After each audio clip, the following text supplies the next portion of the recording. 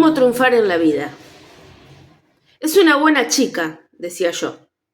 Lo decía todos los días, probablemente 3 veces por día cuando los demás se quejaban de que era lerda, distraída, medio opa, de que aparecía donde menos uno se le esperaba porque caminaba como los gatos, y de que estaba siempre en el camino de alguien. Es una buena chica, decía yo, y agregaba para mí mismo, irremediablemente tonta la pobre. Es que mi hermana mayor, el Señor la tenga en su gloria, era insoportable, monstruosa, indescriptiblemente insoportable. Mi hermana mayor, doña Raquel del Santísimo Rosario Fidanza Rojas de Garay, el Gorralde, Raquelita para las amistades y Quelita para los íntimos, era mandona, gritona, maleducada, desconfiada, maliciosa, avara, fanfarrona y alguna otra virtud que me dejo en el tintero.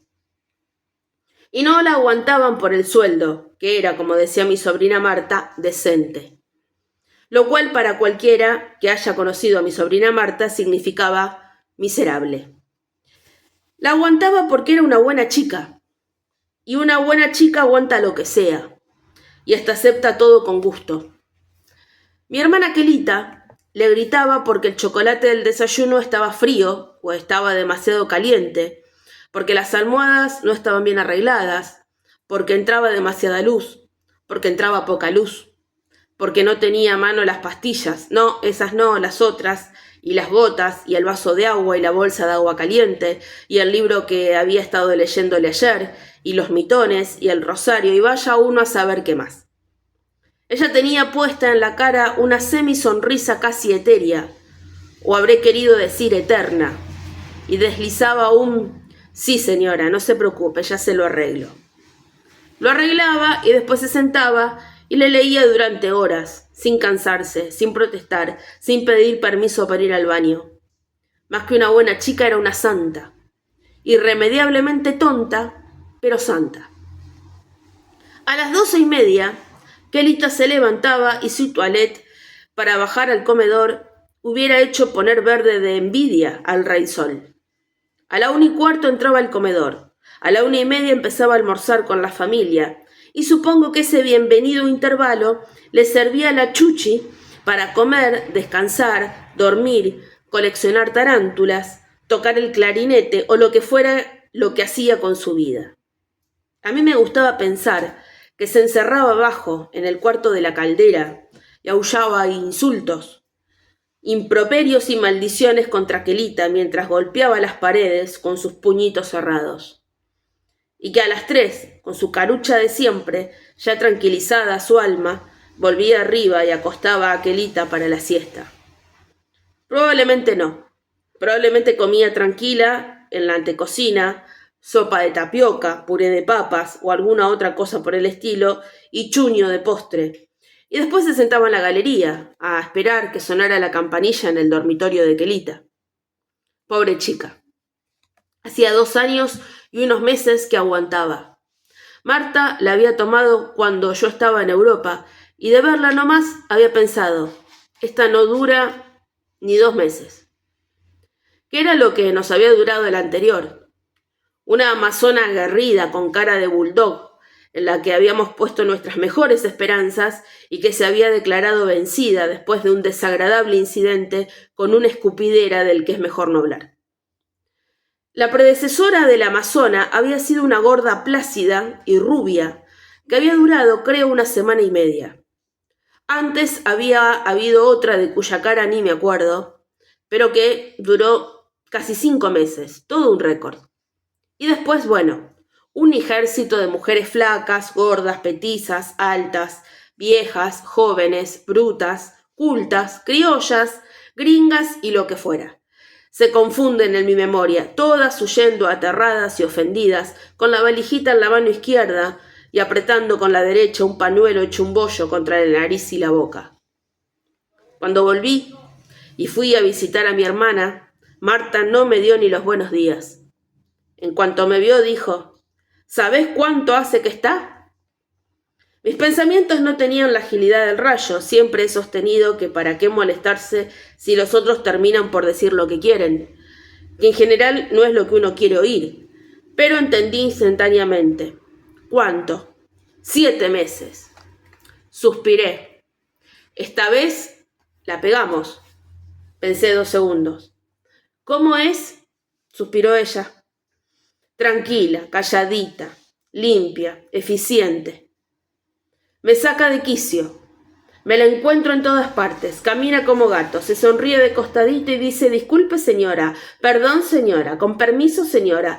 Yo no sé, es una especie de fantasma ubicuo porque también le hace compañía a mamá. No sé, me desorienta un poco. ¿Es vieja?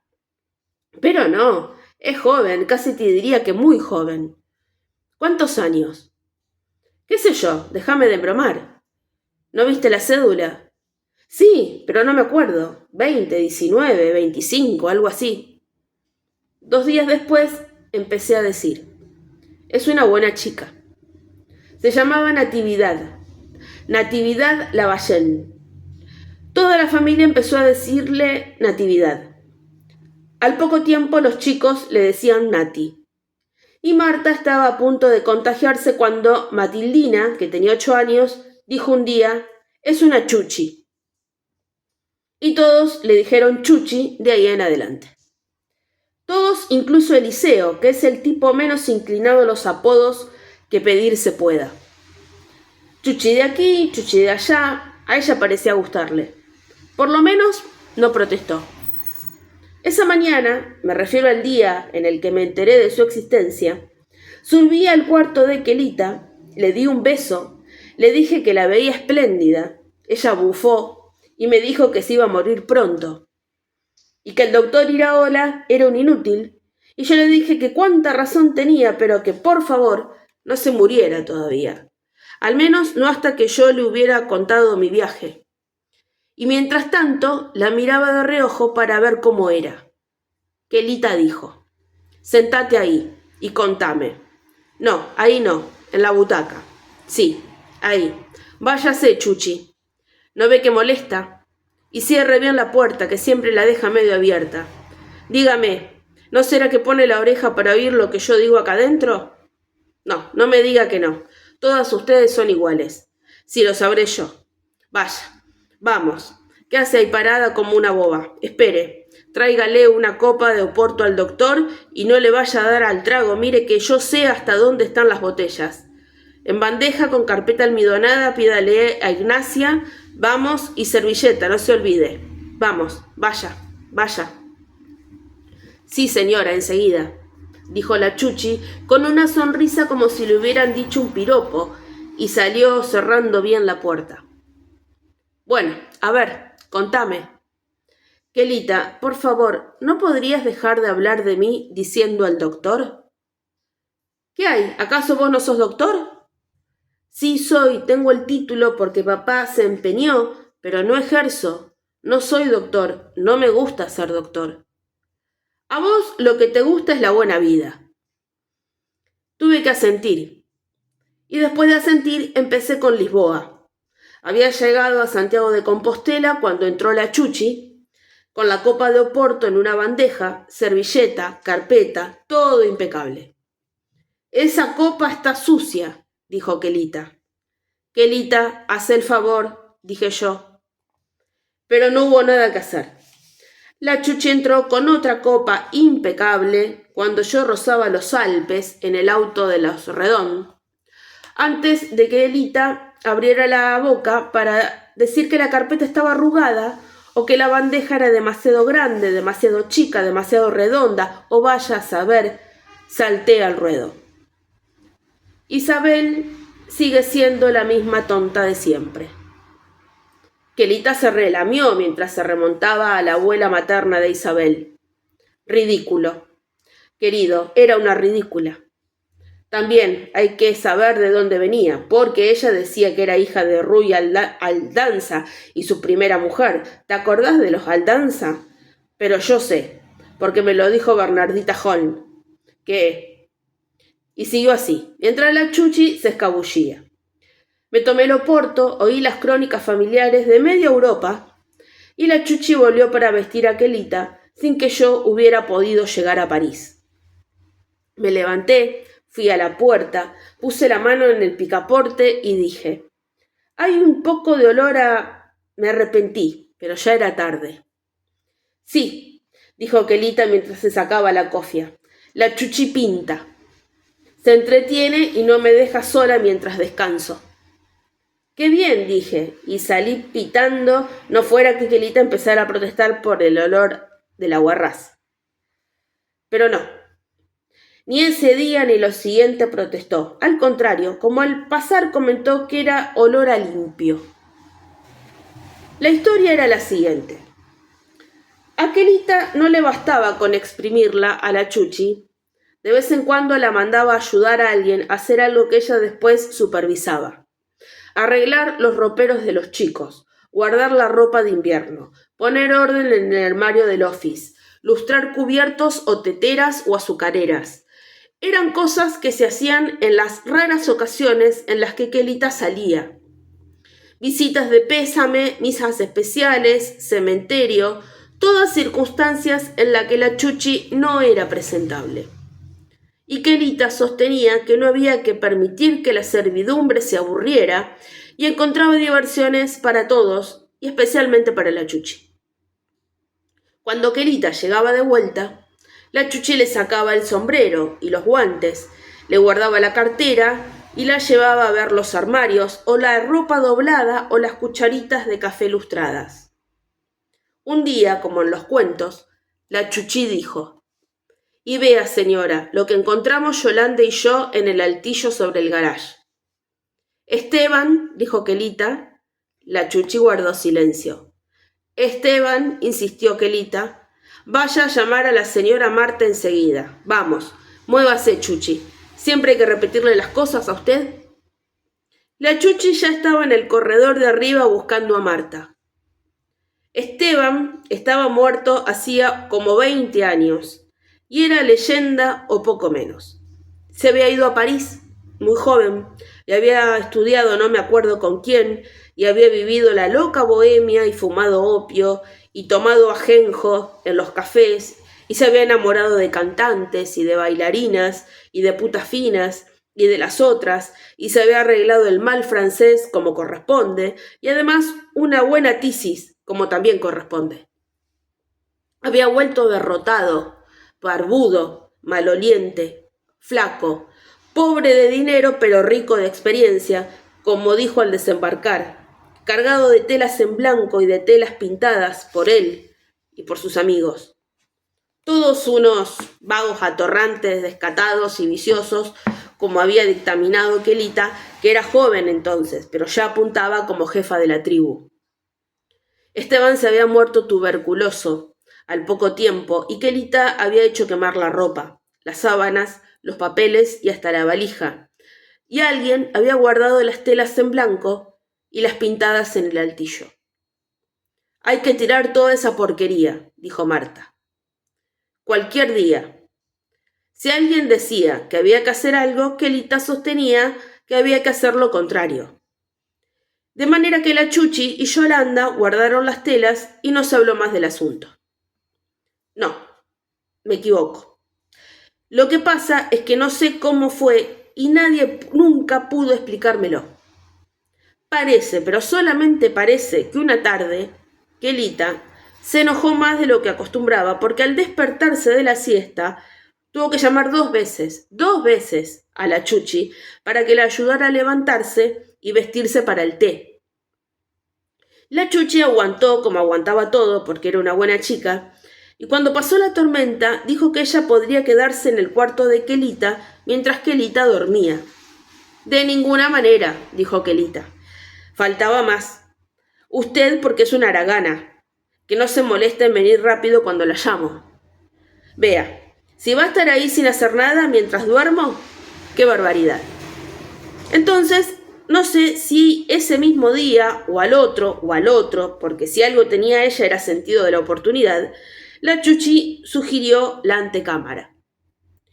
Parece que le dijo a Quelita que ella, la Chuchi, había estudiado dibujo y pintura y que entonces podía aprovechar las telas que estaban guardadas y hacer algunos bocetos mientras ella, Quelita, dormía. No sé cómo se las arregló, pero la cosa es que Quelita aceptó. Se me ocurre que debe haber pensado que no la podía poner a coser, porque para eso estaba la costurera que iba 2 veces por semana, ni a lustrar las cosas de plata, porque para eso estaba Yolanda y Jesusa, ni a limpiar las alhajas, no fuera que la fuera a robar alguna, y que así la tenía más o menos para mandonearla. La cuestión es que la Chuchi puso unos diarios viejos sobre la mesa oval y empezó a dibujar las telas en blanco. Un horror, para decir la verdad. Un verdadero horror. Marta dijo: ¡qué bonito!, frente a un paisaje de patio con aljibe. Quelita ni se dignó a mirar. Marta le compró pinturas, aguarrás y pinceles a la Chuchi a ver si la cosa mejoraba. Por un par de días todos esperaron el estallido de Quelita, quejándose del olor a pintura o a aguarrás, pero ella dijo que estaba bien, que era olor a limpio. Pero eso sí, no se haga ilusiones. No se crea que con esa tontería de la pintura usted va a dejar de lado sus responsabilidades, que las tiene, y muchas, y nunca las cumple a mi gusto. No, señora, no se preocupe, dijo la Chuchi con una sonrisa. Todos los pintores son unos holgazanes indecentes, que lo único que quieren es estafar a la gente honrada con unas pinturitas que cualquiera puede hacer si se lo propone. Eso de pintar es un pretexto para no trabajar. Y usted mucho cuidadito, le dijo a la Chuchi, enarbolando el índice de la mano derecha cerca de la nariz de la chica. Sí, señora, dijo la Chuchi. Está bien que una señorita aprenda acuarela, siguió Quelita, o pintura sobre seda. Total, después se cansan y se olvidan de esas pavadas. Pero usted no es una señorita. No se olvide y manténganse en su lugar. Sí, señora, dijo la Chuchi. La Chuchi empezó a pintar. No mejoró ni con la acuarela ni con el óleo. No mejoró, pero aumentó su producción.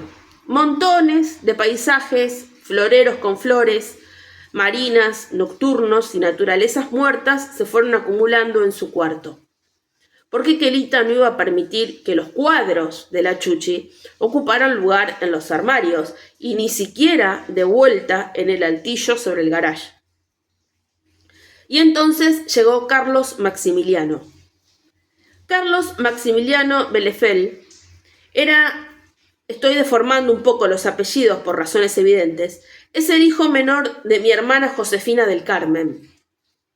Josefina conoció a Eduard en un viaje, maldito viaje, decía mi padre, y Eduard la siguió por toda Europa y la raptó en el carnaval de Venecia. Juro que esto es verdad.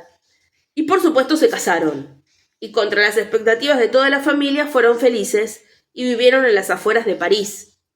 Y tuvieron montones de hijos. Nunca sé cuántos ni quiénes son los Bielefeld. Siempre aparece uno nuevo o una nueva y yo me hago el que lo recuerdo perfectamente, querido sobrino, querida sobrina. Siempre alguno se casa, siempre alguna tiene hijos, siempre algún hijo de los hijos toma la primera comunión. En fin, es una suerte que vivan tan lejos y cuando voy a Europa, por supuesto que ni me arrimo a lo de Josefina y Eduardo. Pero Carlos Maximiliano es otra cosa. Si yo nací para la buena vida, y a Dios gracias me puedo dar el lujo de vivirla, Carlos Maximiliano nació para seducir al mundo en general y a las mujeres en particular. A todas y a cada una de ellas, y a Dios gracias se puede dar el lujo de hacerlo. Ni siquiera se lo propone. Avisora a una mujer de entre 3 y 90 años, le sonríe, le dice algo, cualquier cosa, le hace un gesto, le sugiere que ha llegado a su vida en el momento preciso y ya está. Ya se puede ir tranquilo con la música a otra parte. Ni siquiera se enojan con él. Lloran un poquito, guardan una flor entre las páginas de un libro y se casan con un contador público nacional y tienen hijos y apuesto que a uno se llama Carlos o Maximiliano. Quelita no era la excepción.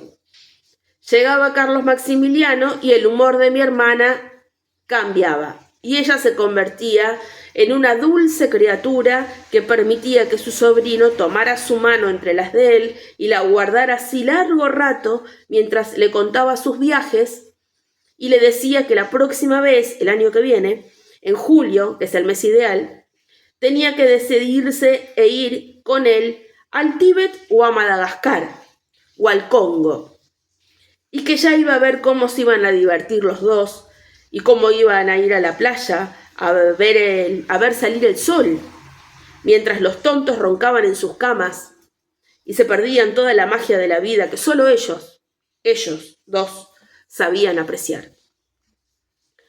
Nunca supe cómo lo hacía.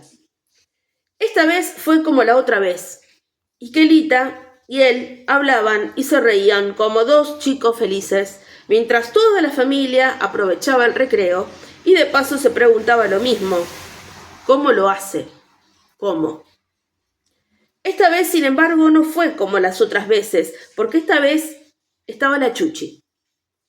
La Chuchi, que cuando vio aparecer a Carlos Maximiliano, cuando vio su sonrisa y su pelo rubio, y sus ojos color miel, y ese paso como de tambor mayor, elegante pero con algo de picardía, cuando oyó esa voz y sintió esa risa y ese olor a colonia y a tabaco turco, se dio cuenta por primera vez de cuán vasto es el mundo, cuán corta la vida, cuán misterioso el destino, cuán maravillosos los colores de los sueños.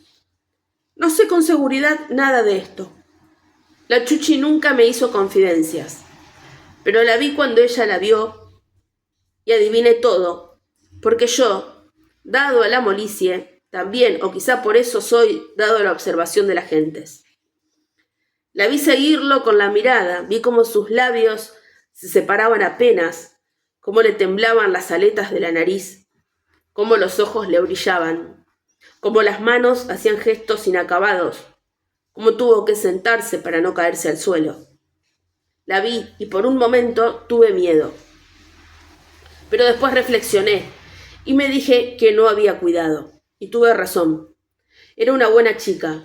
Tuvo que haber sido desde el principio, que no había nada que hacer. Y se conformó como se conformaban con los malos tratos de Kelita. Aguantó. Él la sedujo, como seducía a todas. A la princesa de Bontrain y a Yolanda, a Kelita y a Isabel, a su madre y a sus tías, y a la dependienta de la farmacia y a todas las mujeres que se le cruzaban. Le dijo una cursilería, como: «Querida, usted es el ángel de la guarda de mi tía, todos somos felices de que usted esté aquí». Y la Chuchi, ella sí, fue feliz. También le dijo: «Pero querida, sus cuadros son preciosos. Usted tiene un talento sutil que solo las almas delicadas como la suya, hay como muy pocas, pueden percibir». Y la Chuchi tuvo un ataque de pintura al óleo y pintó como 17 paisajes y un retrato espantoso de Carlos Maximiliano con alas de ángel y aureola, y terminó con todas las telas en blanco. Como estaba enamorada hasta el caracú, tuvo la osadía de ir a pedirle permiso a Kelita para seguir pintando sobre las telas ya pintadas. Y como Kelita también estaba enamorada hasta el caracú, tuvo la generosidad de decirle que sí, que pintara en donde se le diera la gana, y que se fuera de una vez que estaba por llegar Carlos Maximiliano. La Chuchi pintó, y pintó, y pintó, y en los intervalos lo miraba a Carlos Maximiliano, y él se daba cuenta y le decía: «Querida, descanse un poco, que yo me ocupo de mi tía mientras usted piensa en su próxima obra». Y ella sonreía, y descansaba pensando en él. Y yo deseaba que se dedicara a coleccionar tarántulas o a tocar el clarinete, porque Carlos Maximiliano se iba a volver a Europa y a ella no le iba a quedar nada, pero nada. A Kelita sí. Kelita iba a volver a martirizarla con órdenes y gritos y se iba a consolar rápidamente hasta el próximo viaje del sobrino. Pero ella, la Chuchi, no tenía nada, salvo los mamarrachos que iba pintando en las telas usadas. Decidí que cuando se les terminaran le iba a comprar unas cuantas para que siguiera pintando retratos de mi sobrino o paisajes o lo que se le diera la gana. ¿Qué tanto? Y en efecto, Carlos Maximiliano vino un día a despedirse. Se despidió y se fue. Quelita empezó a los gritos porque las cobijas no estaban bien estiradas y la Chuchi corrió a arreglárselas. ¿Y la Chuchi? La vigilé durante unos días y no vi nada. No suspiraba ni lloriqueaba en los rincones, ni se quedaba con la mirada perdida, ni se desmayaba de amor, ni nada. Es una buena chica, dije. Pero no dejaba de asombrarme. ¿Cómo era posible que no sufriera? Me convencí de que sí, de que sufría, y no se permitía mostrarlo. Es una santa, pensé. Santa, aunque tonta. Carlos Maximiliano ni siquiera escribió, claro, nunca lo hacía. Pero la Chuchi no salía a la puerta a esperar desesperanzadamente al cartero. Ni siquiera se enteraba de cuándo llegaba el cartero. Quelita no le hubiera permitido ir a esperarlo tampoco. La tenía zumbando como siempre y ella como siempre decía: sí señora, no se preocupe, ya se lo arreglo. Eso sí, dejó de pintar, de modo que no tuvo que salir a comprar telas nuevas. No pintó más. Se sentaba en la antecámara y esperaba que Quelita se despertara y la llamara. A veces revisaba libros buscando algo para leer a Quelita. A veces bordaba, pero Quelita se lo prohibió porque dijo que se le podía caer una aguja y eso era peligroso, porque ella, Quelita, podía sentarse encima y clavársela. Y si llegan al corazón lo pincha y una se muere. También intentó tejer, la Chuchi, pero Quelita le dijo que dejara eso, que parecía una chusma de barrio de esas que se sientan en la vereda a criticar a las vecinas. No sé de dónde sacaba la analogía, pero la Chuchi tuvo que dejar de tejer y quedarse ahí nomás sentada, esperando que Quelita se despertara de la siesta. Una mañana, sin necesidad de que ninguna aguja le pinchara el corazón, Quelita amaneció muerta. La encontró la Chuchi, que entró al dormitorio intrigada porque la campanilla no sonaba y el chocolate se iba enfriando en la chocolatera.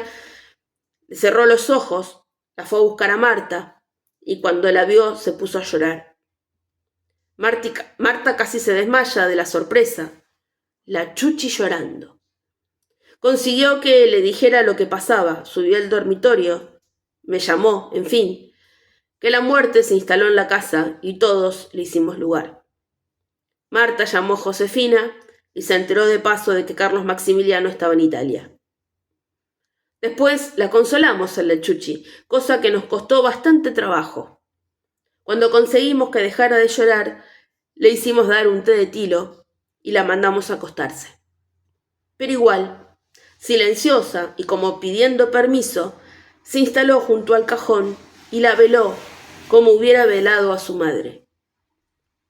Lloraba de ratos y de ratos se quedaba como adormecida y después levantaba la cabeza y miraba las coronas y los velones, y en uno de esos momentos la vi como lo que no era. Qué raro. Llorosa y con la nariz colorada y los párpados hinchados a la luz de las velas. Parecía bella. Los ojos resplandecían y el pelo alborotado le hacía como una corona de trigo y luz. Y vi que en realidad era bella. Tenía rasgos diminutos y finos, una boca suave y una nariz recta con personalidad y una frente limpia y ancha. Pensé que hubiera sido una envidiable modelo de pintores y que era una lástima que nadie la hubiera pintado, no como ella pintaba sus monigotes, sino en serio, con los colores de una Fra Angelico o con el drama de un Géricault, con la serenidad de un Ingrés. Se me ocurrió que nadie sabía si tenía madre, padre, familia, alguien. Que no sabíamos a dónde iban las tardes de los jueves y las de domingo por medio. Pero no era momento para preguntarle y la dejamos estar ahí toda la noche y venir con nosotros al cementerio. Marta la hizo figurar en el anuncio fúnebre, su fiel servidora, Natividad Lavallén. Al día siguiente, la Chuchi dijo que se iba. Marta, todavía conmovida por el cariño que por lo visto le tenía a Quelita, a pesar de todos sus maltratos, le dijo que si quería quedarse unos días, hasta que encontrara otro trabajo, que se quedara, y que le daríamos las mejores referencias que se pueden conseguir en este mundo. Ella agradeció. Aceptó las referencias, pero dijo que se iba, y que quería hacernos un regalo porque nosotros habíamos sido tan buenos con ella. Pero no, Natividad, dijo Marta, usted no nos tiene que hacer ningún regalo. Nos basta con lo maravillosamente que la atendió a mamá. Por lo visto, la Chuchi había vuelto a ser Natividad por obra y gracia de la muerte. Sí, señora Marta, sí, no me prive de que les deje algo mío. Bueno, si es así, dijo Marta, sea lo que sea, se lo agradecemos mucho. Y la Chuchi nos regaló sus cuadros. Bueno, no todos. Nos regaló más o menos una docena. Los mejores, dijo ella. Los otros se los llevaba a ella para tenerlos de recuerdo de los días felices que había pasado en la casa. Días felices, pensé yo. Y sí, se había enamorado y supongo que eso es la felicidad, aun cuando se trata de un amor peor que no correspondido, ignorado. Suspiré y la besé cuando se fue. La vida siguió, parecía que como siempre. Digo que parecía, solo parecía, porque algo me molestaba. Y con el tiempo me di cuenta de que ese algo era la Chuchi. Casi suspendí mi buena vida para pensar en ella. Ahora que no estaba, me daba cuenta de que había algo incongruente en la Chuchi. Era una buena chica, una santa, medio tonta. Me repetí eso una y otra vez y finalmente me dije no puede ser. Pero me quedé ahí. No pude sacar conclusiones. Solo podía decirme que nadie puede ser tan tonto como para dejar que lo maltraten por unos pocos pesos, cama adentro, trabajando mañana, tarde y noche, y sin recibir un estímulo, una palabra amable. Gracias, Chuchi, qué bien. Nadie me tiende la cama como usted. Qué rico está el chocolate. Si no fuera por usted, me olvidaría de tomar las píldoras. ¿Por qué había aguantado tanto la Chuchi? ¿Por qué había permitido que le dijeran Chuchi, que es un ridículo nombre casi de perro, que ella tenía su precioso nombre, Natividad, o incluso Nati? ¿Por qué? Vaya a saber. No había sacado nada de tanta servidumbre, de tanta sumisión, nada salvo unos cuadros horribles pintados sobre las telas usadas que Esteban había traído de París. Me fui olvidando del asunto. No supe nada más de la Chuchi. Me acordé de ella mucho tiempo después, cuando vi en los diarios la subasta de Sotheby's de 7 cuadros que se habían vendido a precios siderales, entre 800.000 y 900.000 libras cada uno. Habían sido de un coleccionista sudamericano, cuyo nombre no se daba y era perfectamente desconocido y perfectamente auténtico, sin papeles, pero aptos para pasar todas las pruebas. Una situación no muy acostumbrada para Sotheby's, pero que había resultado un gran negocio, tanto para los rematadores como para la persona que había llevado las obras. Ah, la perinola, pensé. Seguro que los cuadros de la Chuchi no se venderían ni a 5 libras cada uno. Había 2 Picasso de la primera época, un aduanero Rousseau, 3 Juan Gris y un Matisse increíbles. Todo anaranjado y azul Francia, con estrellas doradas en collage y la silueta en negro de una bailarina que levanta los brazos y echa hacia atrás la cabeza riéndose con una boca granate llena de dientes blancos. Estaba la foto en colores en el suplemento del diario. Que no daría uno por tener ese cuadro en su casa, que no daría. Pasó. Volvió el recuerdo de la Chuchi como supimos que Carlos Maximiliano se había casado en Londres con una muchacha que Josefina todavía no conocía. Pobre Chuchi, dijimos con Marta. Menos mal que no se enteró del casamiento del objeto de su amor. ¿Te acordás del retrato de Carlos Maximiliano con alas de ángel? Le pregunté a Marta. Nos reímos un rato. Algo hizo clic en mi cabeza. No en mi cabeza, en mi estómago. Y no era gastritis. Pero Marta dijo, ese fue uno de los que nos regaló. No, dije yo, a ese se lo llevó. Ah, claro. ¿Cómo no se lo iba a llevar como recuerdo, pobrecita? Era una buena chica, dije yo. Y el momento pasó y el clic se quedó en clic. Hasta que una noche, a las 3 de la mañana, me desperté sobresaltado y me senté en la cama, como si me hubieran puesto un resorte en el traste. No había tenido una pesadilla. Estaba durmiendo solo, cosa que me sucedía desde hacía un tiempo con mayor frecuencia que antes, y algo había caído sobre mí como un rayo. Era el clic. La Chuchi. Ya sé, dije. Y creo que lo dije en voz alta. Ya sé. Estuve pensando que me estoy poniendo viejo y que ojalá pudiera contratarla a la Chuchi para que me cuidara como la cuidó Quelita. Solo que yo la trataría con toda amabilidad, porque era una buena chica, un poco tonta, pero una santa. Sí, había estado pensando eso mientras me iba durmiendo. Y había seguido pensando. Bueno, pero no la puedo contratar, ahora que se ha casado con Carlos Maximiliano. Y me había dormido. ¿La Chuchi casada con Carlos Maximiliano? ¿De dónde había salido esa idea?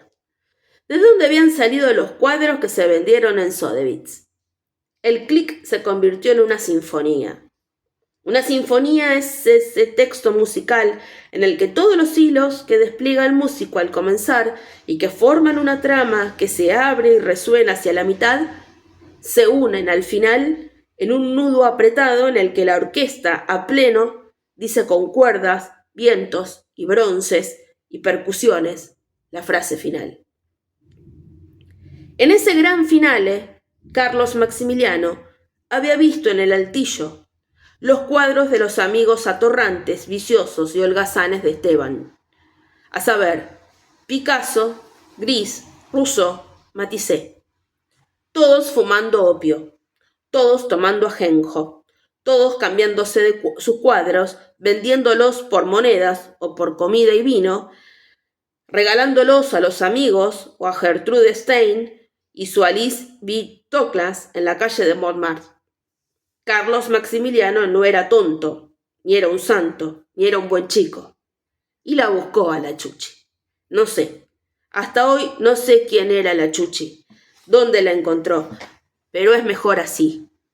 Y además, uno ya lo sabe, todos los seductores tienen un amor al que vuelven siempre. Y yo había alcanzado a verlo esa noche, la del velorio de Quelita. Y no me había dado cuenta de nada, idiota de mí. Había visto a la verdadera Chuchi, no la santa, no la buena chica, sino la preciosa criatura a la que el seductor siempre volvía. Una actriz estupenda. Pero entonces el premio era importante y les iba a caer a las manos sin ninguna duda. Quelita era mucho mayor que yo, una hipertensa con un corazón grande y pulmones que ya no le servían para mucho. Se iba a morir en cualquier momento.